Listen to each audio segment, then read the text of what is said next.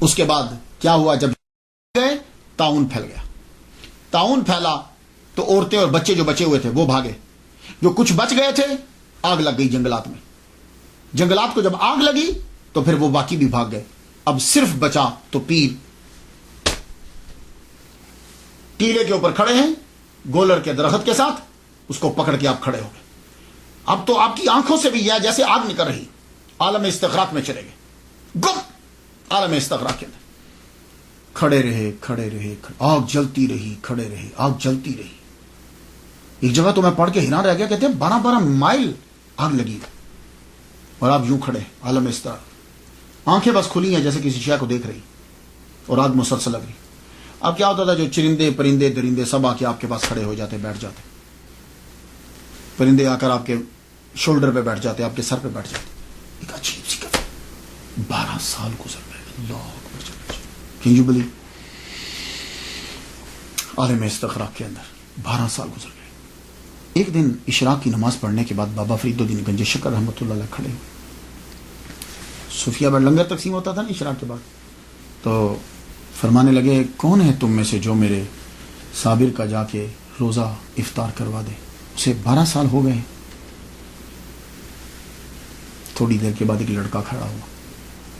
سارے بیٹھے رہے. ایک لڑکا کھڑا ہوا. اس کا نام کیا تھا؟ سید شمس الدین ترک علوی قلندر رحمت اللہ علیہ. سید کیوں علوی کیوں کہہ رہا ہوں؟ اس لیے کہ یہ مولا علی کی اولاد ہیں لیکن بی بی فاطمہ سے نہیں ہے، اس لیے علوی کہہ رہا ہوں. سید کہہ رہا ہوں تو ظاہر ہے مولا علی کے بیٹے سید ہیں. تو سید ہیں اور ترکی کے رہنے والے تھے. قلندر، ان کی ساری زندگی قلندرانہ گزری اپنے پیر کے.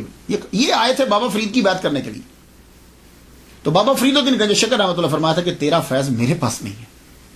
یار میں حیران ہوتا ہوں، آج کل تم چلے جاؤ کسی بھی پیر کے پاس فٹافٹ مرید کر لے گا تاکہ میری تعداد بڑھ جائے، اور وہ بندہ بیٹھا رہتا تھا کہ نہیں بھائی تیرا فیض میرے پاس نہیں ہے. تو یہ بڑے دن سے بیٹھے ہوئے تھے. اب جب کھڑے ہوئے جی حضور میں چاہتا ہوں، فرمایا کہ ہاں تیرا فیض اس کے پاس ہے. دیکھا میں کہا ہاں اب سمجھ آئی، تیرا فیض میرے بھانجی اور داماد کے پاس ہے. چلو تیاری کرو کوچ کرنے کی. تیاری کی. کہا حضور میں تیار ہوں جانے کے لیے. فرما لگے سنو، میرے صابر کے پاس جانے سے پہلے کچھ چیزیں سن لو. پہلی بات تو یہ ہے کہ یہ کچھ چیزیں ہیں، یہ لیتے جاؤ تیرے کام آئیں گی. ان میں کچھ آئل تھا تھوڑا سا، آپ نے دم کیا.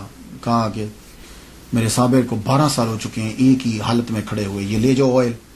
اور اس میں کافی ساری چیزیں، دم بھی تھا، تو اسے جب میرا صابر بیٹھے گا ضرورت تمہیں پڑے گی اس کی بھی، یہ بھی لے جاؤ. اور دوسرا، تم اس کے سامنے مت جانا جب تک وہ بیٹھ نہ جائے، اور یا جب تک تمہیں اجازت نہ دے دے، تم اس کے سامنے مت جانا. باقی تم علیم الابدال جو ہے وہ تمہیں وہاں کلیئر تک پہنچا دے گا، اور باقی اللہ تیرا حافظ و ناصر. جاؤ.